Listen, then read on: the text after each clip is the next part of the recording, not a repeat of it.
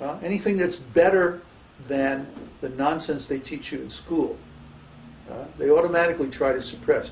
I've told this story so many times, but it's worth repeating again. When I was in the 4th grade, my uncle gave me a slide rule. And it took me about an hour to teach myself how to use it, just by playing with it. I'm one of these people who I play with things. And when I'm playing, I observe. And by observing, I figure out how they work. And the next thing you know, I'm doing something original with it. I've always been like that. So anyway, pretty soon, in a couple of hours, I was doing my math homework with it. Oh, this is great. Yeah, slide rule. 12.3 times 10.8. Okay, that's the answer. So, of course, I had to bring it to school. That was my first mistake.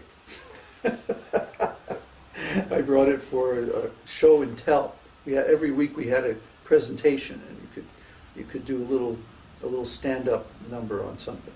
So I brought it to school with the object of presenting it at the show and tell, but before the show and tell was math class. And of course we got, the usual busy work of a whole big list of problems. And I was just sitting there with my slide rule, doing them about 10 times faster than you could do them by hand. And the teacher comes over and says, "What are you doing?" "Oh, I'm doing my math." "You can't do that." "Well, what do you mean I can't do that?" "It's cheating." Cheating? People use these things in college, in engineering school. My uncle's an engineer. That's how I got this thing.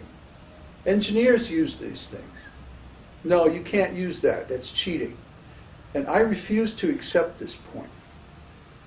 I said, "No, this is advanced work. I'm doing college level work in 4th grade. You should think that this is cool. Why are you giving me a hard time?" Well, she didn't appreciate my line of reasoning. And I wound up in the principal's office. And the same conversation repeated in the principal's office. And I still didn't buy it. So he called my mother. And my mother came in the school. Fortunately, we only lived like 2 or 3 blocks away. But my mother came in. We're sitting there in the principal's office. And the principal is giving this big lecture about how terrible this is. And my mother's going, "What's wrong with you? The boy is curious. He knows how to do things. He figured this out himself. Aren't you proud of him?" I am. But, they wouldn't listen. And the upshot, they really didn't like being lectured by my mother. So the next thing you know, I was put back in the 2nd grade. As a punishment. Yeah, for 2 weeks. Yeah, for daring to think beyond the allowed topics of the 4th grade. But this is how American, or actually any kind of government schooling, enforces conformity. Anytime somebody goes a little bit beyond or a little bit outside the box, then boom, they clamp down on it. There's all this social censure. Nobody would be my friend after that. But I didn't care. Because I made a decision that I am taking responsibility for my education. If these rascals want to just, it was very clear to me, even in the 4th grade, how old was I? 12? Something like that. Very clear to me at that moment that school is not about learning. If school was about learning, they would have said, "Oh, that's very good, you're using a slide rule." Well, you also should have the knowledge to be able to work the problem by hand, just in case you don't have a slide rule. This was before calculators, of course. Nowadays, kids don't know how to do math at all by hand. They all use calculators. Duh. But in those, at least they could have explained it to me in a reasonable and rational way. And I would have had to say, "Well, yeah, I suppose you're right. I have to accept that." But I already know how to do that. I was always, kind of quick with that kind of stuff. But anyway, if school was really about learning, they would have encouraged me. And I would have been doing college level work by the time I was in 7th grade, junior high. And we find that when children, especially devotee children, because their brains aren't full of meat products and stuff, when they're homeschooled, they routinely get into college 3-4 years earlier. It's not unusual to hear of a devotee kid passing their GED and applying for college at age 14. Not at all unusual. Very common. So why is it that it takes other kids so much longer to learn all this stuff? Well, because they're being held back by the system. So I realized, now this is not about learning, this is about control. Okay, so since the law requires that I have to be in school so many hours a day, go through your control training, I'll show up for school and I'll do whatever I'm told, but then when I go home, I'm not going to do any homework. I'm going to do whatever I want to do. So I would go to the library and I'd come home with a big stack of books, on everything and anything that I wanted to read. And my mother even gave me a note that, he's allowed to take out any book from any part of the library, the adult stacks or wherever. So I was reading Huxley and Einstein, and I didn't understand half of it, but still, it opened up my mind. It just really, broadened my horizons and enriched my vocabulary and my learning.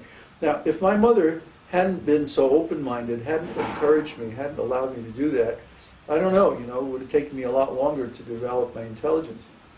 But as it was, I was doing college-level work by the time I was a freshman in high school. In music, in math, in science,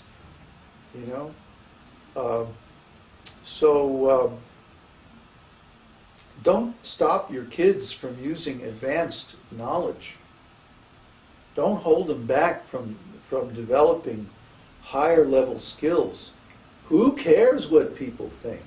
They're a bunch of dummies. If they think that that's weird, that just means that they're incapable of learning it.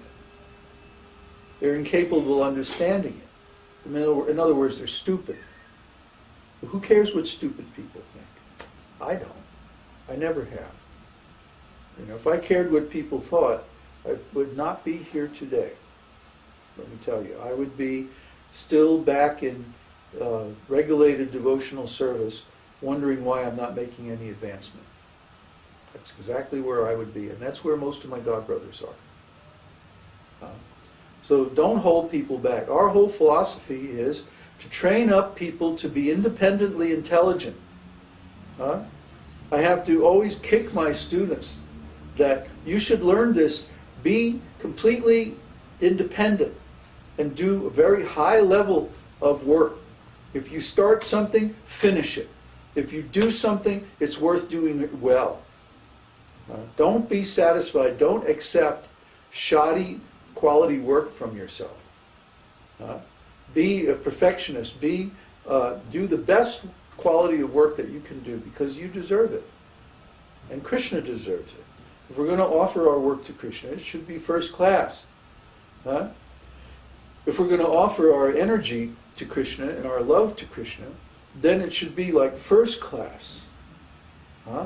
Not just sentiment, sloppy old mushy sentiment, but beautifully expressed in art and music and dance and perfect philosophy and profound understanding.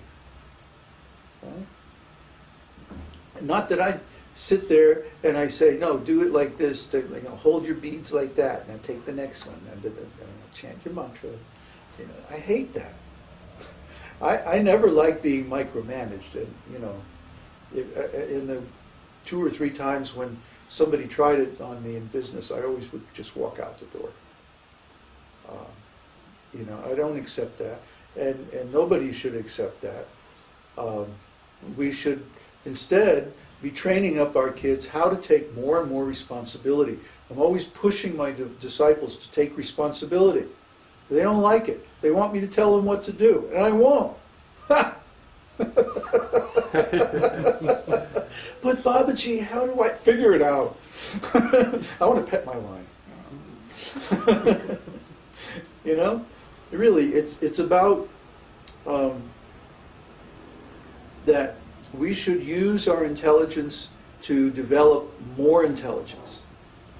We should never be satisfied. I hope I continue learning more and more and doing more and more and expanding my horizons more and more until, not only until the day I die, but beyond that. I want to continue growing in devotional service eternally. I don't ever want to stop. See? This is talk about eternal youthfulness, you see. This is the quality of the devotee who is not attached to this body. This body may grow old.